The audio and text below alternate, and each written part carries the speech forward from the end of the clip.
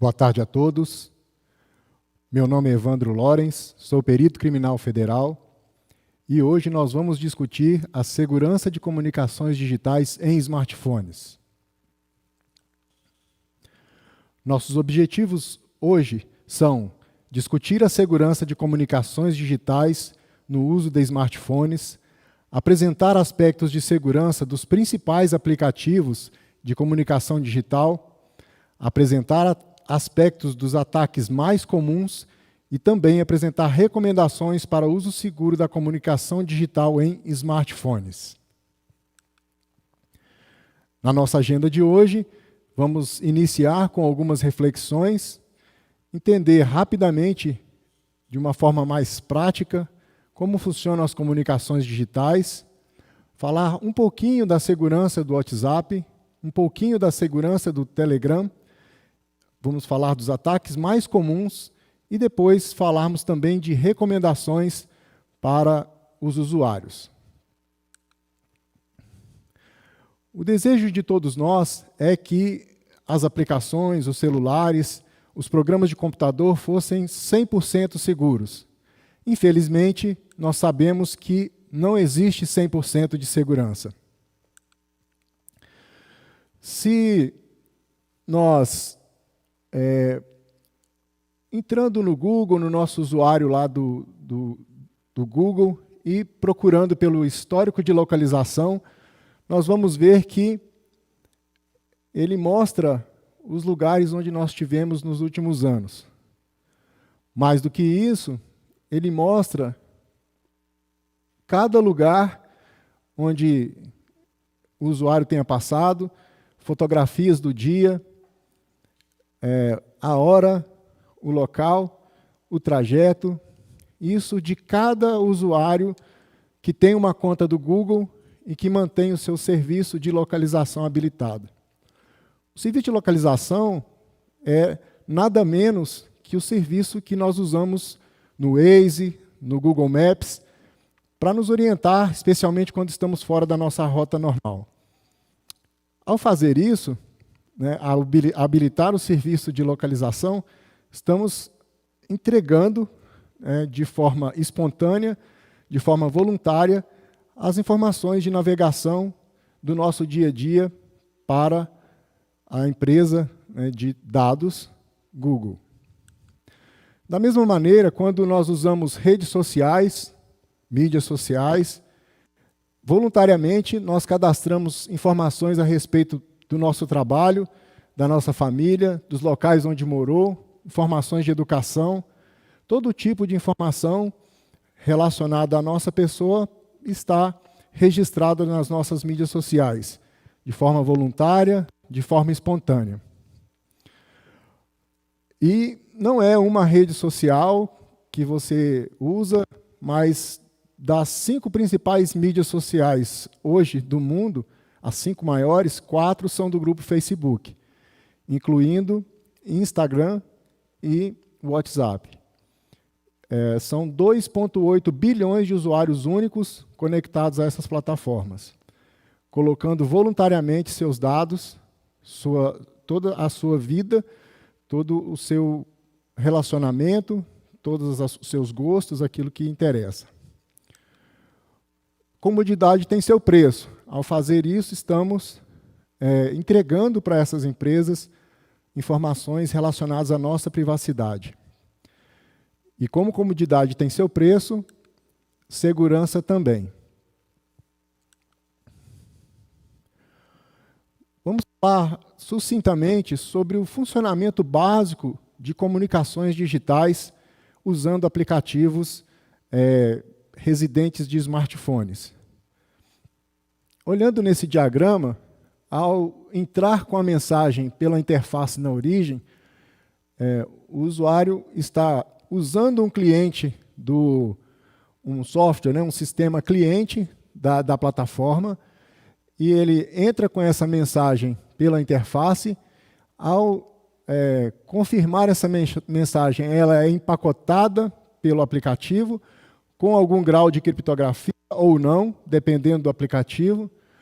Após esse evento, esse pacote de dados, esse conjunto de pacote de dados é enviado pela rede, corre pelo tráfego de rede e essa mensagem é recebida por um servidor do provedor de serviço, dono daquela aplicação.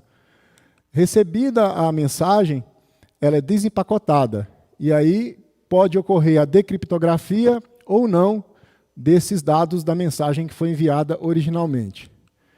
O evento seguinte é o armazenamento dessa mensagem, criptografada ou não, de forma temporária ou definitiva, dependendo também do modo da aplicação. A mensagem pode ser armazenada criptografada ou não, dependendo da natureza também do aplicativo.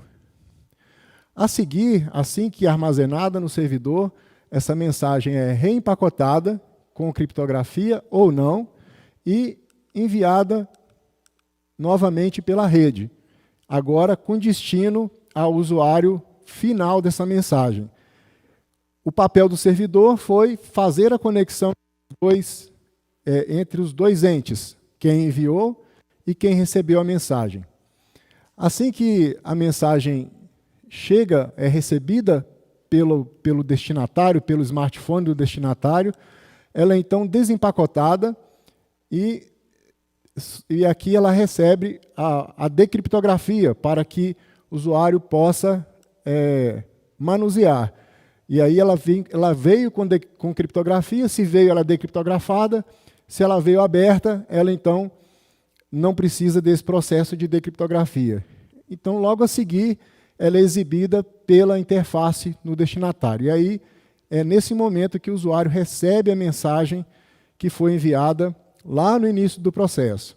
E aí a gente conhece a confirmação dessas mensagens. Dito isso, a gente vê que, via de regra, né, o processo de comunicação cliente-servidor entre um cliente e outro cliente sempre vai passar por um servidor, que seja para fazer a localização do destino, que seja para armazenar essa mensagem temporária ou definitivamente, o servidor vai sempre estar gerenciando essa comunicação, independentemente do aplicativo. Vamos falar um pouquinho agora sobre a segurança do aplicativo WhatsApp, o mais popular aqui no nosso Brasil.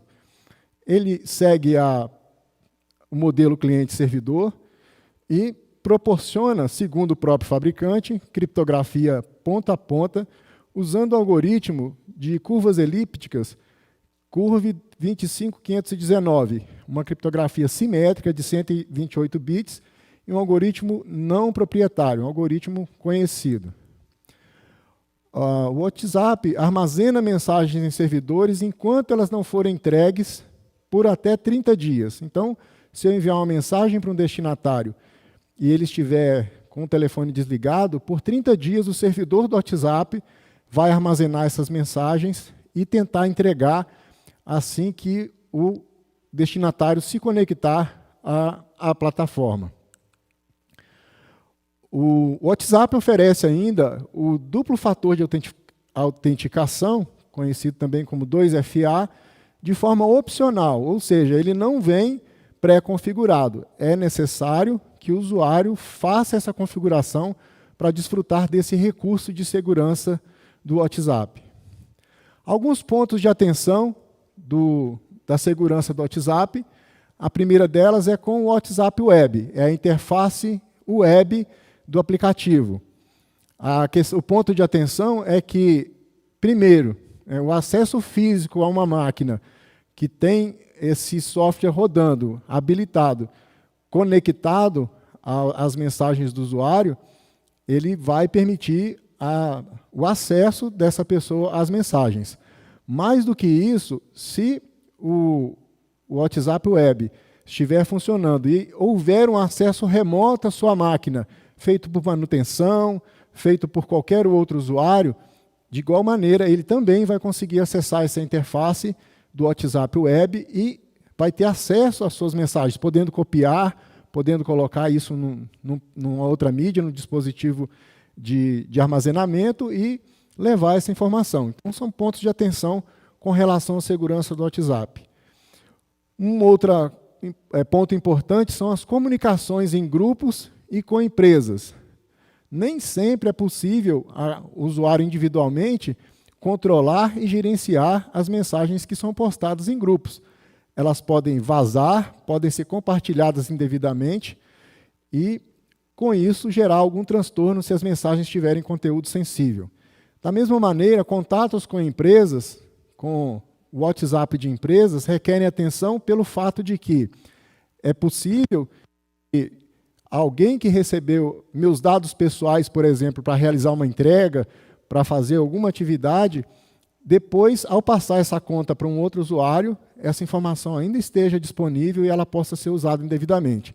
Então, muita atenção com essa questão de grupos e empresas com quem nós nos comunicamos via essas redes.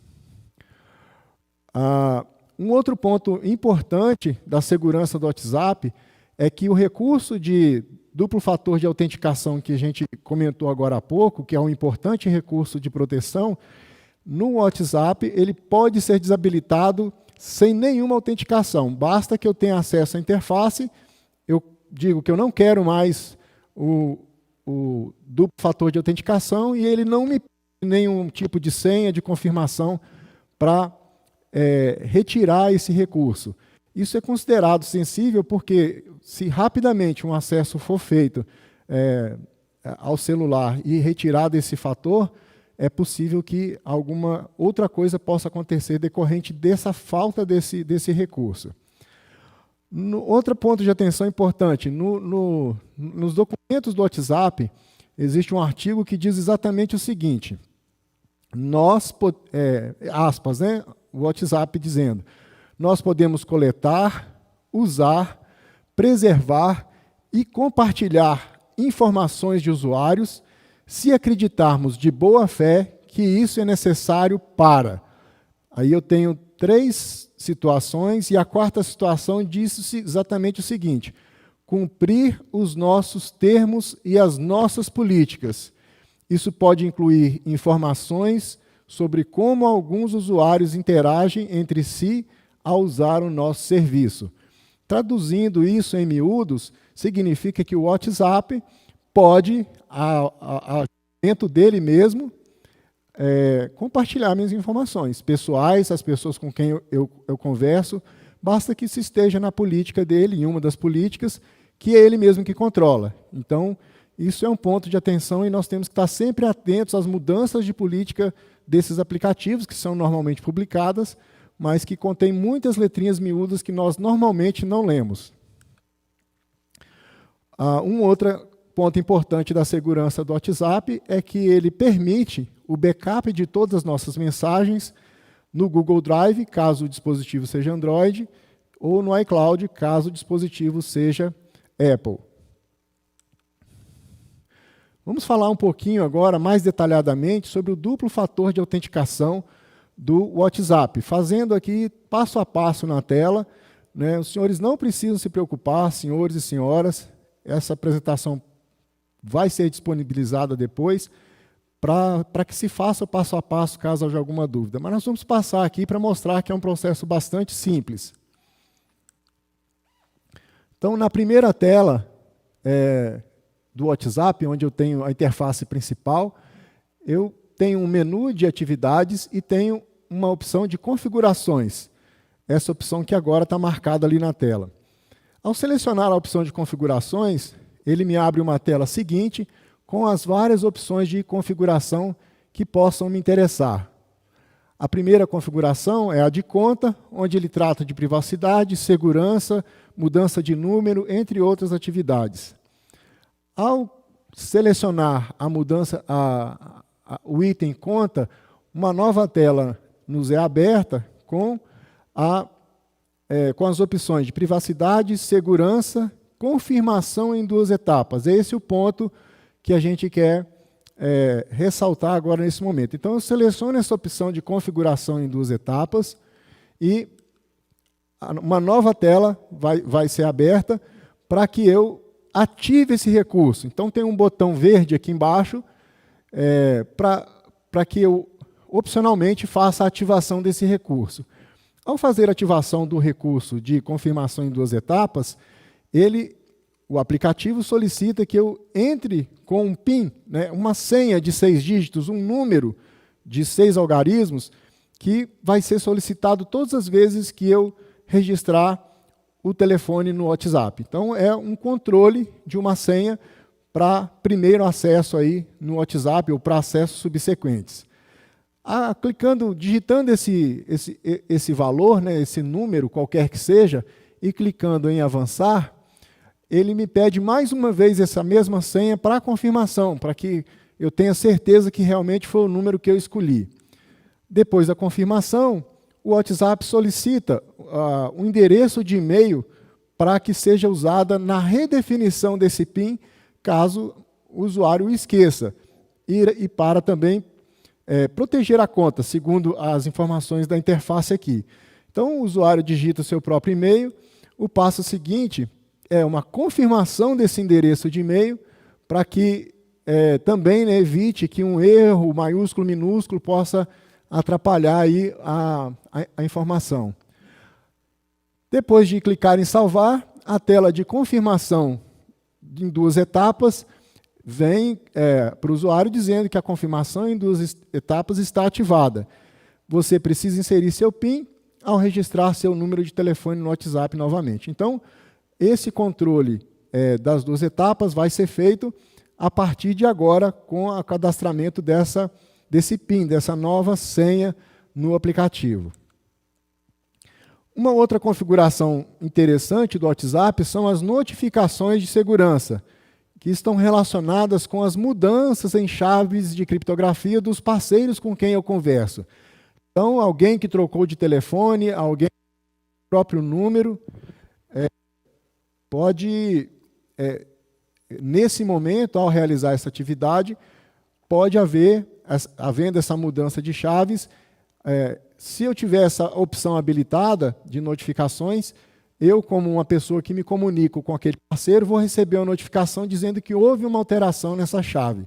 Isso é um ponto de atenção, porque, eventualmente, alguém que se comunica conosco pode estar sendo vítima de uma fraude, e eu vou receber a informação de que a chave mudou, e isso pode levantar a suspeita de que não é o que está acontecendo na verdade, mas alguém tenta atacar esse usuário. Então, isso serve também para a gente acompanhar as nossas pessoas com quem a gente conversa com relação a uma possível invasão, já que isso também pode nos afetar.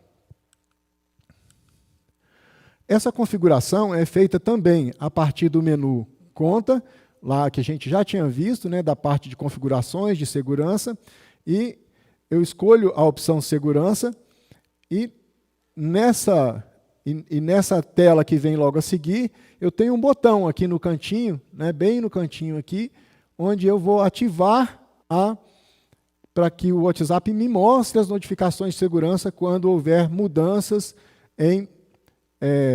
nas instalações de WhatsApp de algum contato com quem eu troco mensagens.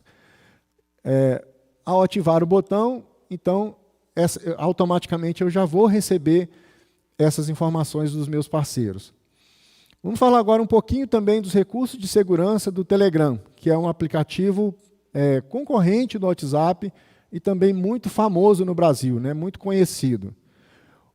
Diferentemente do WhatsApp, que trata todas as mensagens com criptografia ponta a ponta, segundo suas próprias regras, no Telegram eu tenho 2 modos de operação. Um modo normal, também cliente-servidor, naquele mesmo modelo mostrado lá atrás, onde eu sempre tenho a intervenção de um servidor no meio. O tráfego e armazenamento é cripto.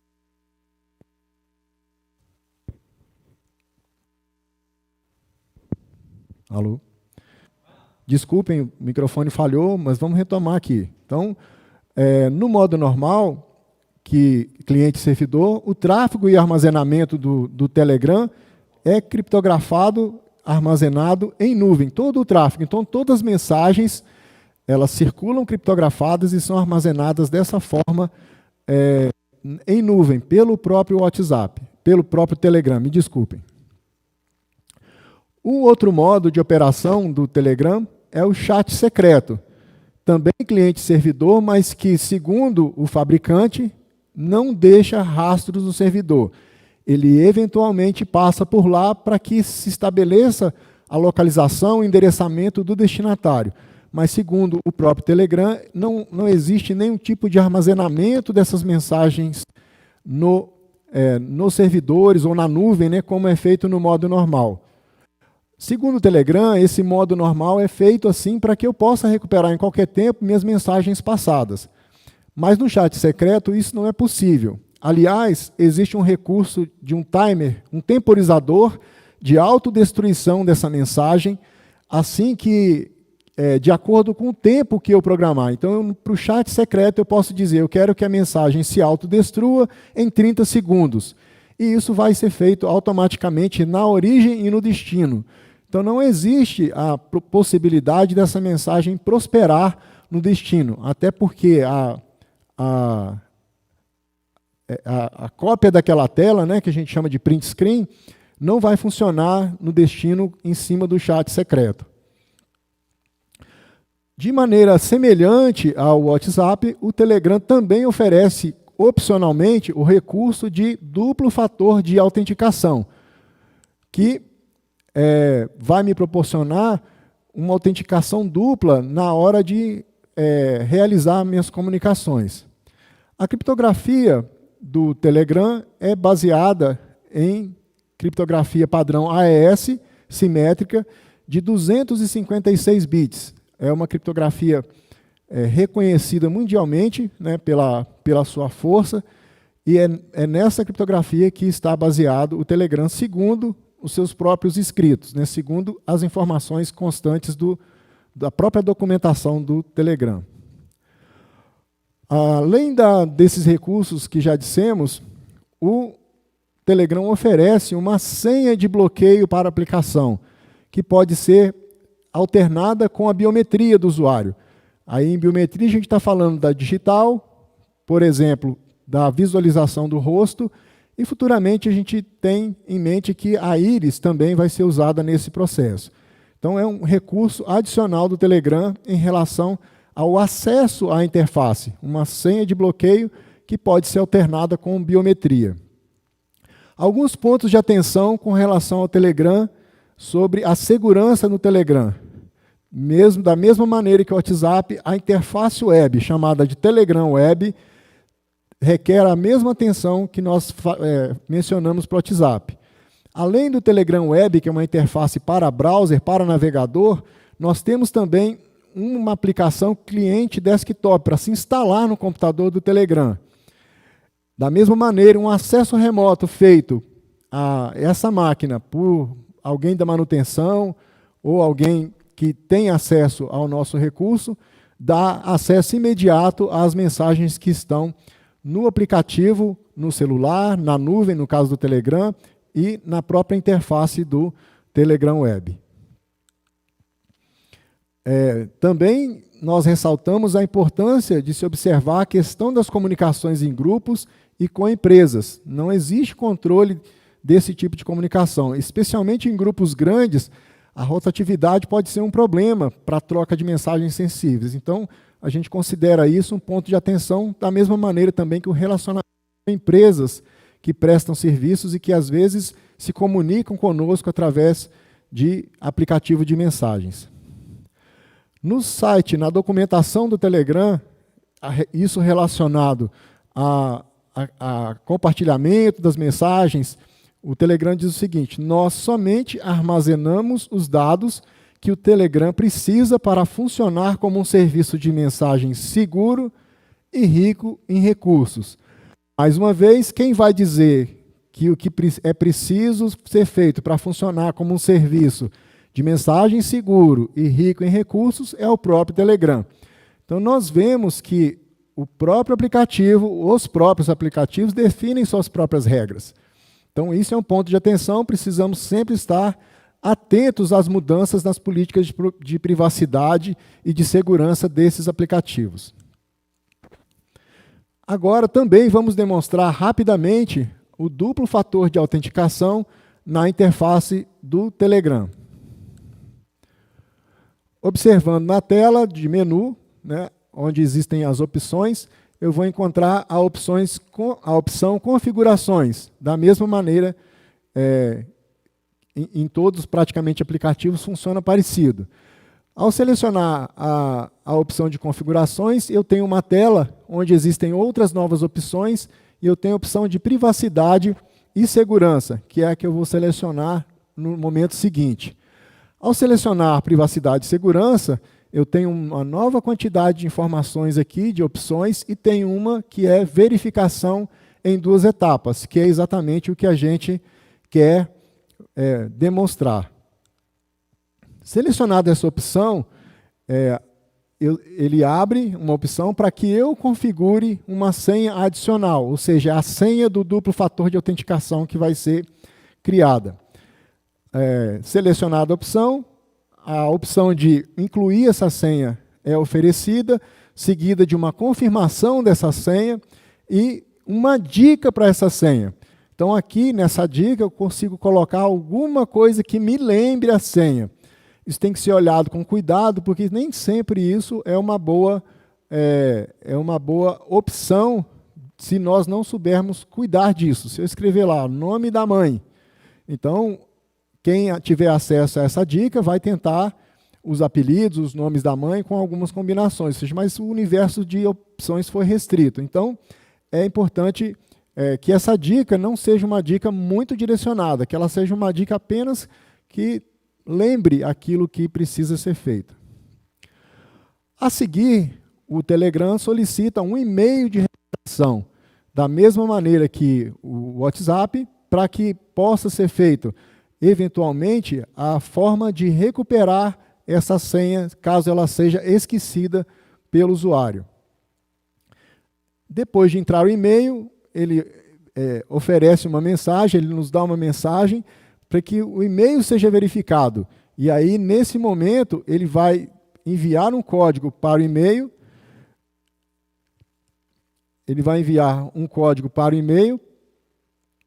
e esse código eu vou digitar aqui na parte superior da interface.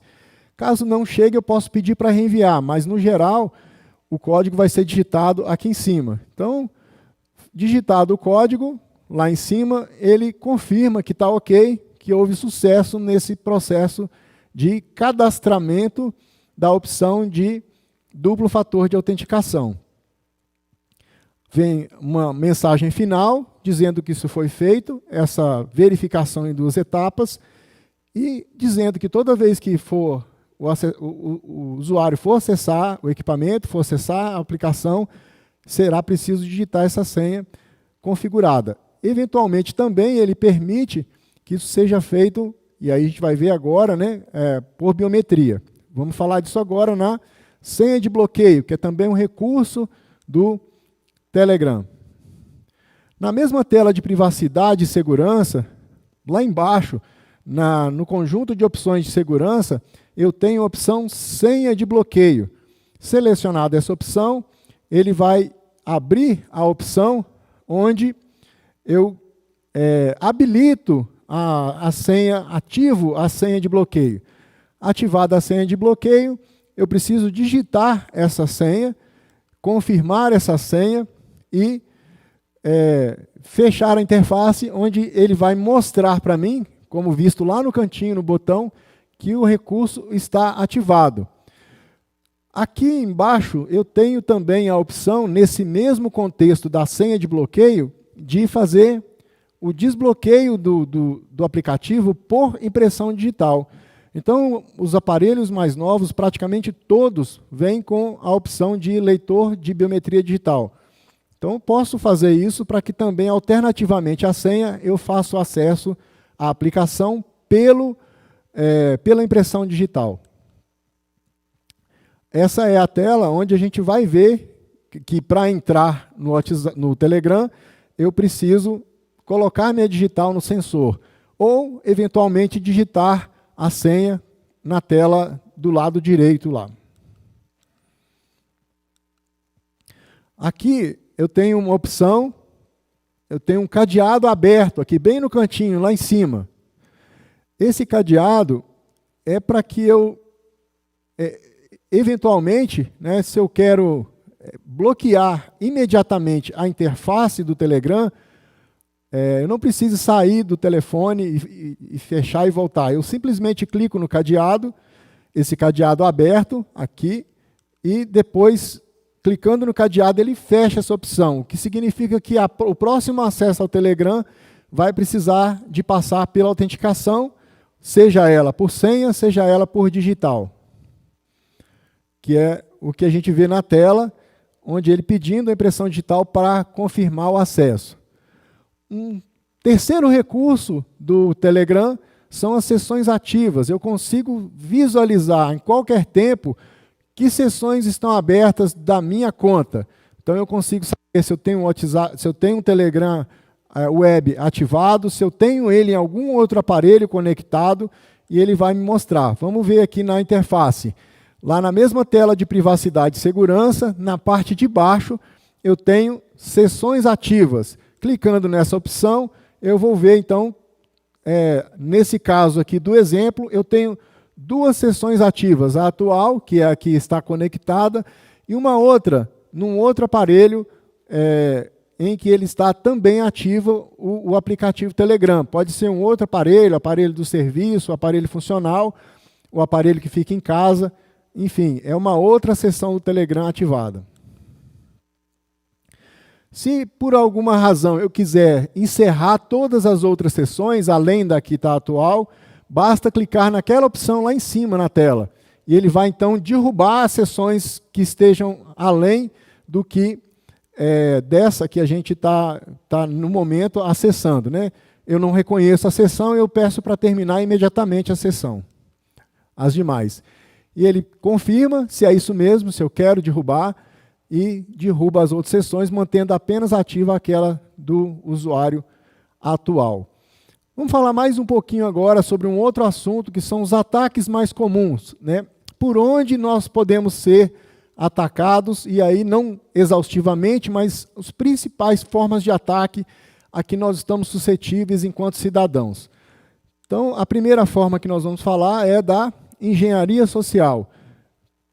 É um tema bastante popular hoje em dia, mas não custa lembrar que essa é a forma mais fácil de se obter informações hoje em dia, informações de interesse. Então, quem são os alvos potenciais de engenharia social? Além de nós mesmos, nós podemos e precisamos considerar secretárias, assessores, familiares e pessoas próximas do nosso convívio diário, que têm acesso à nossa intimidade, sabem de informações a respeito de nós.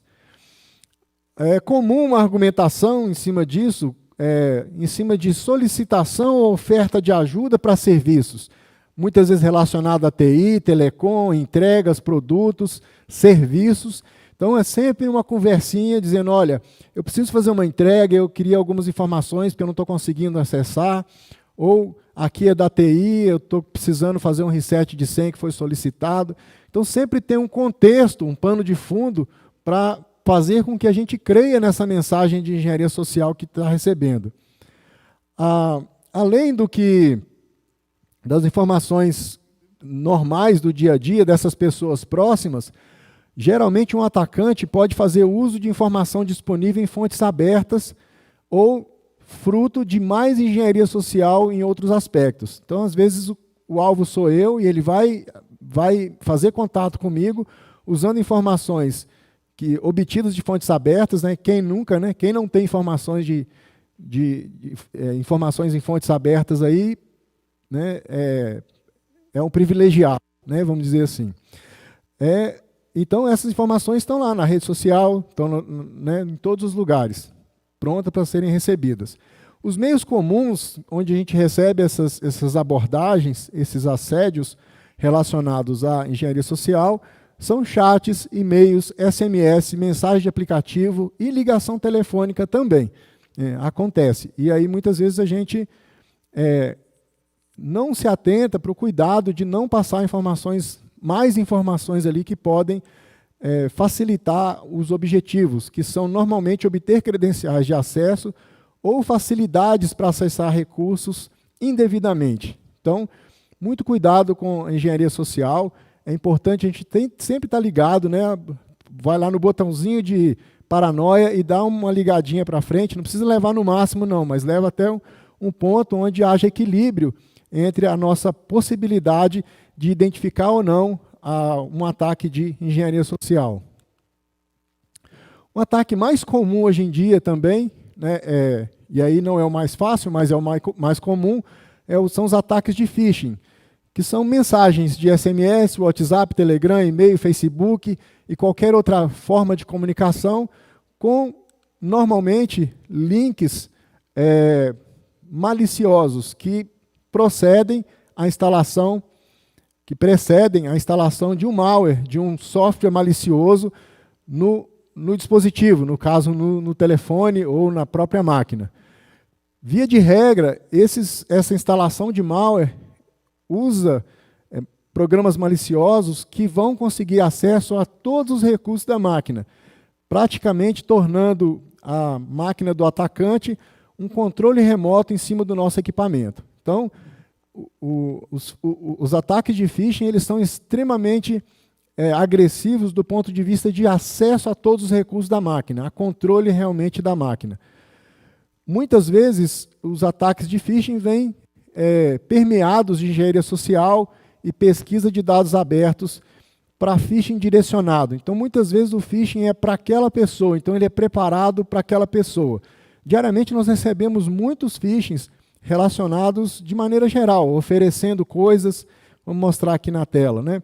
Então, às vezes com nome de banco, igual o primeiro aqui, às vezes de alguma empresa que estaria oferecendo vale presente, produto, chocolate, cesta de Páscoa, ovo de Páscoa, informação de problema na conta pelo banco, suspensão de serviços de nuvem, telefone que foi encontrado, ou seja, são mensagens falsas que o objetivo é aguçar a curiosidade, né, da vítima, de modo que ela seja induzida a clicar nesses links. Vocês podem ver que todas as mensagens aqui ela tem um link, ó. Pode olhar aqui, todas elas, sem dúvida, tem um link aqui para que a pessoa, aqui nesse caso, ela tem até um botão, né, com um link por baixo aqui, para que a vítima clique e automaticamente instale um malware, ou baixe um malware para o seu dispositivo, né, para o seu telefone. A ativação desse malware é um passo seguinte, mas o clique no link é o ponto de partida e o principal objetivo, né, de quem te manda uma mensagem dessas. Falando agora um pouquinho, depois nós vamos comentar alguma coisa mais sobre o phishing, mas falando ainda de um outro tipo de ataque, é o ataque de clonagem de chip. Então, existe clonagem de chip? Existe clonagem de chip. Como que ela pode ser feita? Basicamente de duas maneiras. Primeira é que alguém tem acesso físico ao celular. E com um duplicador, como esse que está no cantinho aqui da tela, em questão de minutos, o meu chip é duplicado bit a bit, 1 para 1. Então eu tenho um irmão gêmeo idêntico do meu chip. Então essa duplicação, basta que alguém tenha acesso físico ao celular. E aí eu posso dizer, não, mas meu celular só fica comigo. Sim, mas aí você foi trocar a película na loja de película porque a sua quebrou. E o que acontece lá dentro? Você entrega o celular, ele vai lá para né, no mezanino, lá tem uma oficina, ele vai lá e vai fazer a troca da película de vidro que você trocou. Tomara que seja só isso, né? Mas nem sempre você tem controle total do seu celular. A outra forma, essa forma é mais sinistra, ao meu ver, é a coopção, né, ou cooptação de representantes de operadoras pelos meliantes. Em qualquer bairro, hoje em dia, você tem lojas que habilitam celulares e muitas delas você consegue chegar lá e dizer, olha, meu chip estragou, perdeu, molhou, eu quero gerar um outro chip. E aí ele vai te exigir uma série de documentos. Mas tem um documento que chama R$50, que resolve um monte de coisa, né? E esse documento, às vezes chamado R$50, às vezes R$20, dá margem aqui, e mais uma historinha de engenharia social, dizendo, olha, que eu esqueci, molhou tudo, e o documento estragou tudo, então me ajuda porque minha mãe está doente. Ele vai contar uma história triste e vai, olha, pela ajuda aqui, toma um café. Um cafezinho caro, de R$50. Acontece, tá, gente? Acontece. E aí, quais são os efeitos dessa duplicação de chip, ou a clonagem do chip? Podem ser variados, mas alguns exemplos. Sequestro da sua linha e uso indevido dela, reconfiguração de aplicações de comunicação, recepção do segundo fator de autenticação, que a gente acabou de habilitar lá no WhatsApp e no Telegram, via SMS, né? Furto de identidade e muitos outros desdobramentos. Então, a gente precisa estar ligado que o meu chip parou de funcionar, tem uma coisa errada. No caso da duplicação com duplicador, o chip nem teoricamente precisa parar de funcionar, porque ele é uma cópia idêntica. No caso do novo SIM, que é emitido pela operadora, ele desabilita o anterior. Então, você pode ficar sem serviço e não está nem sabendo que está sem serviço, e alguém já está usando o seu chip indevidamente para fazer o que vier na cabeça, né, dessa pessoa. O que pode ser uma contramedida importante? Simples, mas muito eficiente. Adicionar bloqueio do SIM card por PIN, por uma nova senha diferente do padrão.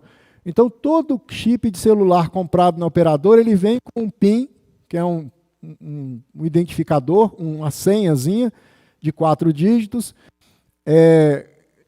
de padrão. Então, a TIM, no Brasil, é 1010, a Vivo é 8486, a Claro é 3636, como está tudo aqui na tela, e a Oi, 8888. Então, esse número é a senha PIN do seu chip, né, vinda de fábrica, vindo lá da operadora. Existe a opção de eu ativar esse PIN. Então, eu vou ativar esse PIN para que ele seja exigido no caso de uso desse chip em outro telefone. O que acontece se eu simplesmente ativar o chip, o PIN do chip? Se eu não alterar o número padrão, ele vai usar esses números que são conhecidos, estão na internet, e vai desativar esse recurso. Ou vai acessar da mesma maneira o SIM card do meu telefone.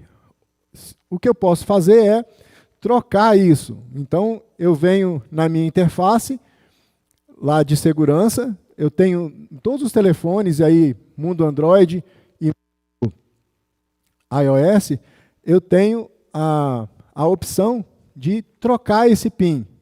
Então, umas configurações de bloqueio de SIM card. Lá na área de segurança também.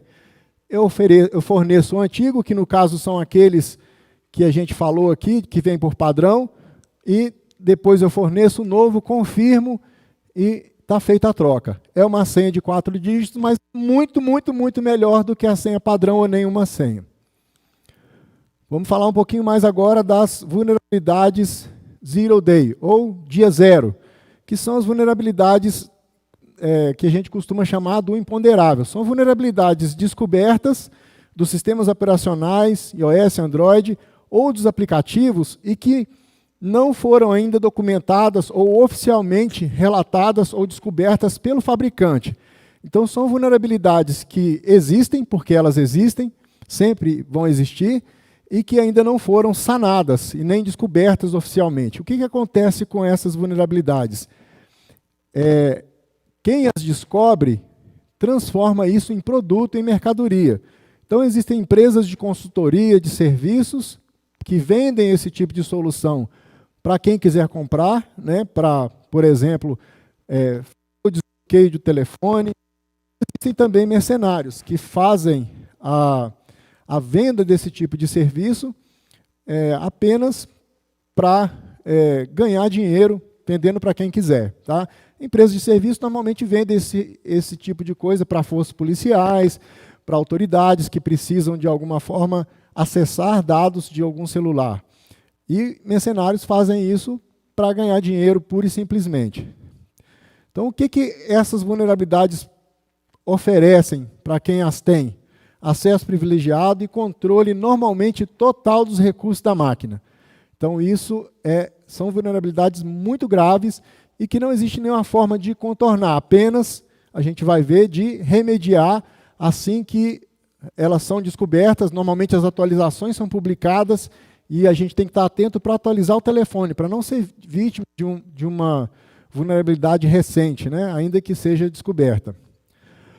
O que a gente pode fazer também é estar sempre atento e com a percepção de comportamento estranho do celular bastante aguçada. Então, a gente vê o telefone esquentando demais, vê o telefone lento demais, né, vê o telefone com comportamento diferente do previsto, pode ser um sintoma de que você está sendo vítima de um ataque de uma vulnerabilidade dia zero.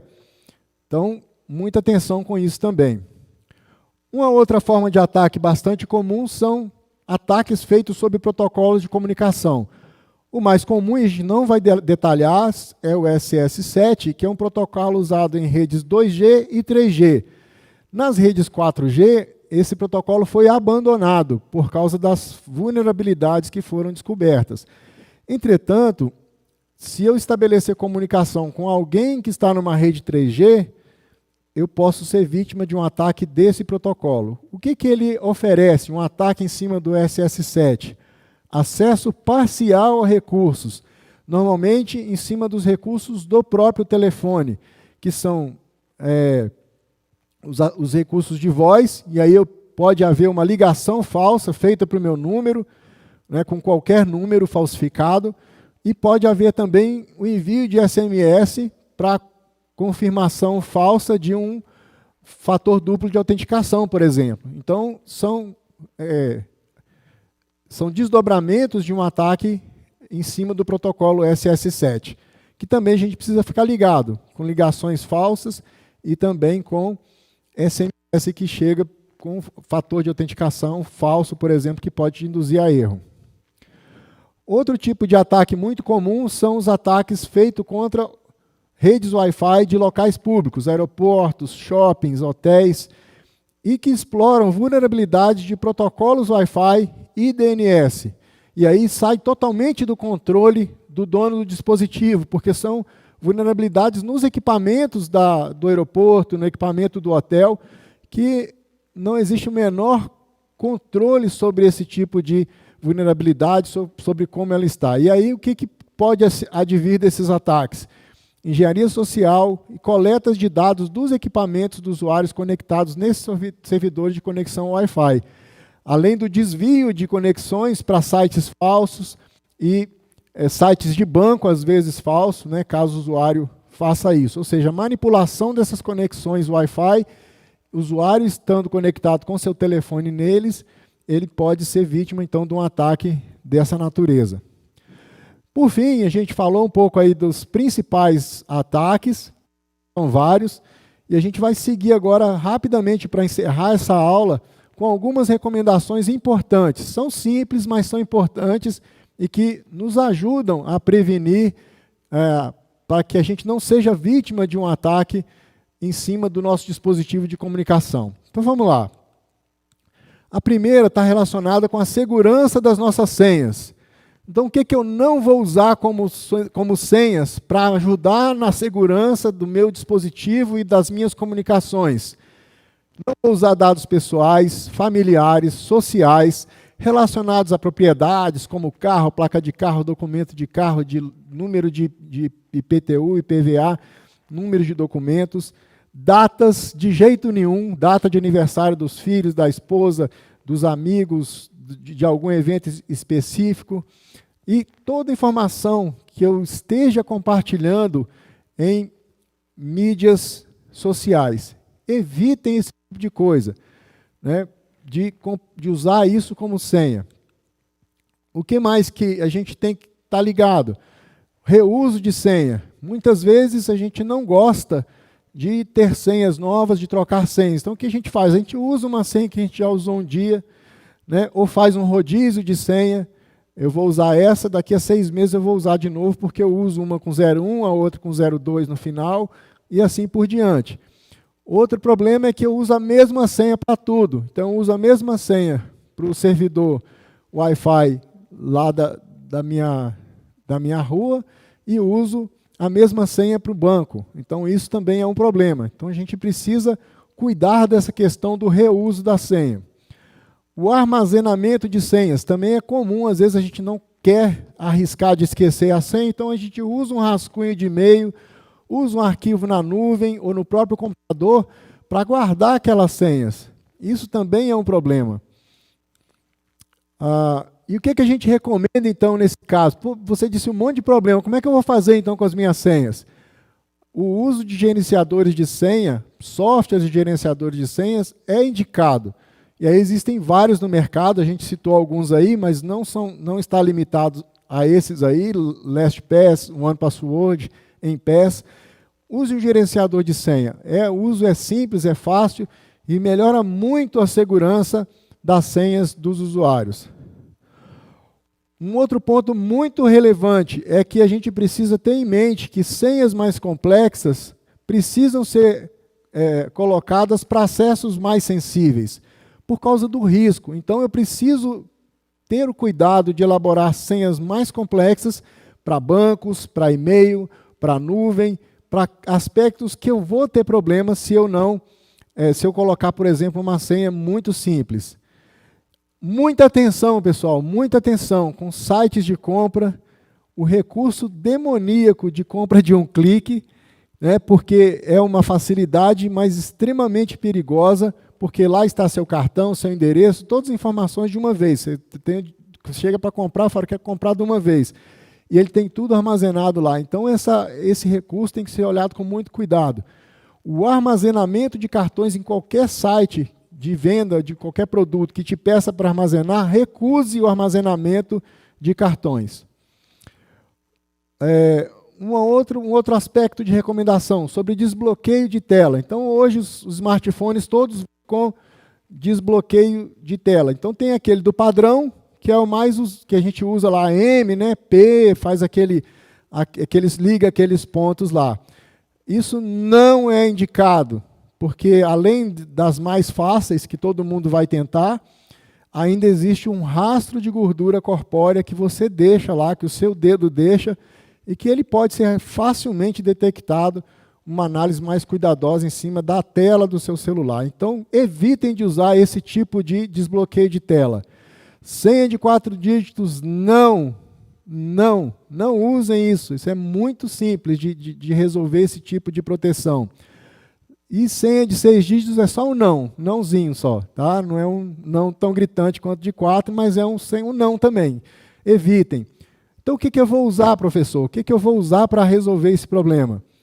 Senhas alfanuméricas maiores do que 8, misturando letras, números, caracteres, letras maiúsculas, minúsculas, para que você realmente tenha um nível mais adequado de segurança. Ainda quer melhorar? Dá para fazer melhor? Dá. Então, vamos fazer uma combinação de senha alfanumérica maior do que 8 com biometria, né, digital, face, no futuro íris, e essa combinação com um temporizador lá, que de tempo em tempo ele vai exigir que você entre a senha grande. Então, esse recurso está disponível em praticamente todos os smartphones de boa qualidade, né, para ser usado. Então, usem esse recurso. Usem uma senha alfanumérica maior do que 8, com biometria. Isso vai ajudar bastante na segurança de desbloqueio da sua tela. Vamos falar também de atualizações. Faça as atualizações do seu smartphone. Em primeiro lugar, prefira as versões mais atuais dos sistemas operacionais, especialmente Android e iOS.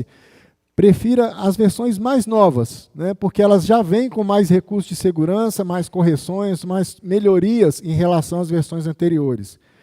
Configure as atualizações no modo automático e verifique diariamente se essas atualizações estão sendo feitas, se todas as atualizações estão em dia, e mande fazer. Não deixe desatualizado, não deixe para fazer no fim de semana, porque pode haver uma diferença brutal entre você atualizar ou não atualizar o aplicativo. Em geral, a atualização do aplicativo é feita por quê? Porque foram descobertas falhas de segurança do aplicativo. Algumas vezes vem melhorias, mas, via de regra, o que acontece é que a atualização precisa ser feita porque falhas de segurança foram encontradas. Então, faça a atualização diariamente, verifique, coloque no modo automático, mas vá lá e checa. Não fez, não, tem duas sem fazer? manda fazer. Atualiza o software, atualiza o sistema operacional também, as correções quando tiver disponível. Mobile Security. Então, utilize também no seu dispositivo um aplicativo de segurança. E aí, muitas vezes é chamado de antivírus, anti-malware, tem vários nomes. Hoje em dia, o nome da moda é Mobile Security. Então, se você entrar lá na loja de aplicativo e perguntar, lá procurar por Mobile Security, você vai ver vários produtos. O que esses produtos ajudam? Ele verifica riscos à privacidade, protege de links maliciosos, sites maliciosos, e filtra também conteúdo inapropriado, se for do seu interesse também que algumas coisas sejam filtradas. Voltamos a falar agora do phishing, mas agora lembrando dos links e dos aplicativos, né? Para a gente não clicar em links que a gente recebe por SMS ou por outras mensagens. Não cliquem, simplesmente não cliquem, né? E apague essa mensagem. Tá? Porque um clique indevido ali só para ver o que tem pode custar caro. Tá? Instalar aplicativos somente de fontes confiáveis, como o Google Play Store e App Store. Cuidado com links apócrifos, né, de instalação de aplicativos que prometem coisas mirabolantes. Isso é muito arriscado. E não dar permissões para aplicativos sem verificar a origem e a necessidade da solicitação. Em geral, lá no cantinho tem uns desenhos aqui, umas imagens sobre aplicativos pedindo autorização. E aí, pelo menos, é muito suspeito, né? Câmera Mais está pedindo para acessar minha câmera. Que câmera mais? Né? Que aplicativo é esse? A gente, às vezes, vai lá e começa a apertar OK, tudo que aparece lá para ficar livre dessas mensagens, porque a gente quer acessar alguma coisa rápido. Cuidado, porque pode ser a instalação de um aplicativo malicioso pedindo acesso aos seus recursos e você está dando. Assim que você permite, ele tem acesso àquele recurso. Se você não está podendo analisar um por um, nega o acesso, não permita, diga não, e depois, na hora que você precisar, ele vai te perguntar, se for um aplicativo legítimo, ele vai te perguntar na hora que você precisar usar o recurso. Então, se apareceu do nada uma solicitação dessa, diga não. Né? Simplesmente não permita o acesso aos seus recursos. Esse ponto agora que eu vou tocar é bem polêmico, mas eu vou insistir porque eu considero ele muito relevante. Utilize aparelhos diferentes para a sua vida pessoal e para os assuntos sensíveis de trabalho. Evite manter informações sensíveis, dados pessoais, documentos, nas contas de e-mail ou no telefone, nas fotos de documentos, de cartões de crédito, etc. Evite isso. Né? Tenha 2 telefones, um para assuntos sensíveis, se você lida com assuntos sensíveis, e outro para a sua vida normal, para você usar a rede social, para você comunicar mais abertamente. Então, é uma recomendação de qualquer forma, é polêmica, as pessoas não gostam, e não vale dizer, o meu tem 2 chips, eu coloco os 2 e resolve. Né? Não resolve, porque as configurações são do aparelho, não são do chip. Então, se um aparelho com 2 chips, ele vai duplicar o risco em cima de 2 linhas que você tiver. VPN em redes públicas, isso é uma recomendação para as pessoas que, de fato, precisam utilizar redes Wi-Fi em lugares públicos ou inseguros, redes abertas, utilize um software de VPN, de rede virtual privada, para que essa conexão sua seja protegida a partir do seu telefone até no destino por esse recurso de VPN e, com isso, você evite as armadilhas das redes Wi-Fi públicas que existem. Por fim, aí já quase terminando mesmo, até porque o nosso tempo já está bastante avançado, prefira aparelhos com recursos de criptografia nativa por hardware, que precisa ser ativado. Tá? Não adianta ter o telefone com recurso se não for ativado. E aí, todos os iPhone para cima de 7, todos os Samsung S8 e praticamente todos os Androids mais modernos, eles têm esse recurso de criptografia nativa por hardware. Então, ative esse recurso e use esse recurso. É mais uma forma de você proteger as informações que estão no seu telefone. E as últimas recomendações, de uma forma mais genérica, que eu chamei de miscelânea, utilize as funções de encontrar o dispositivo, que é Find My Phone, que é para o caso de você perder, ou for roubado, ou for furtado seu telefone, você também consiga permitir a remoção remota dos dados imediatamente, ou seja, apagar o conteúdo. Monitorar as atividades das contas para identificar atividades suspeitas. Então, os e-mails, os provedores de serviço hoje, muitos provedores, eles têm um recurso de alerta quando um novo login é feito na conta.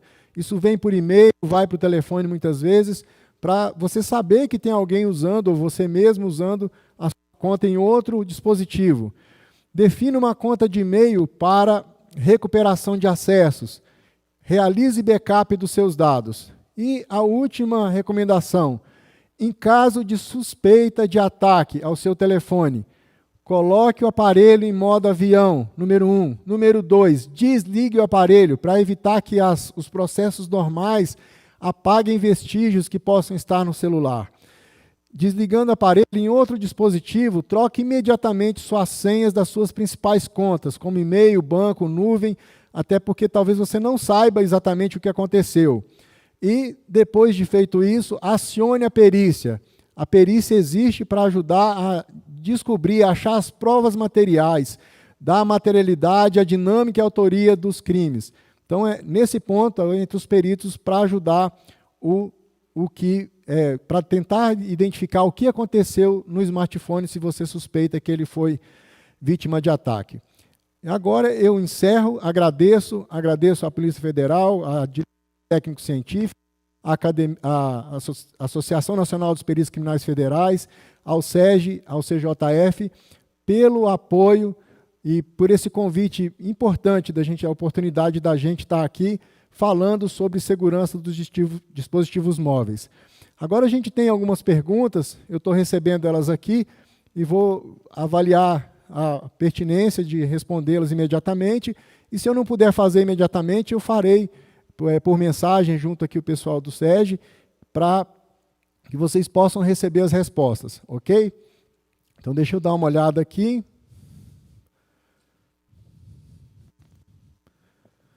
Então, o que é preciso, considerando os casos recorrentes de golpe no WhatsApp, gostaria de saber o que o cidadão deve fazer emergencialmente a ter seu WhatsApp sequestrado por criminoso anônimo. Então, a primeira providência é tentar recuperar essa conta. E aí, usando o acesso que você já tinha, né, para cancelar esse recurso, acessar a operadora, pedir imediatamente à operadora o bloqueio desse chip, a mudança desse número, para que ele possa parar de ser usado indevidamente. É seguro usar o gerenciador de senhas do próprio celular, caso do iOS ou Android? É melhor do que não usar, né? Então, existem produtos externos que são bem flexíveis, que têm bastante opção de configuração e de apoio, de geração de senhas, só de armazenamento, mas você pode usar o do aparelho sem problema, é melhor do que não usar, né?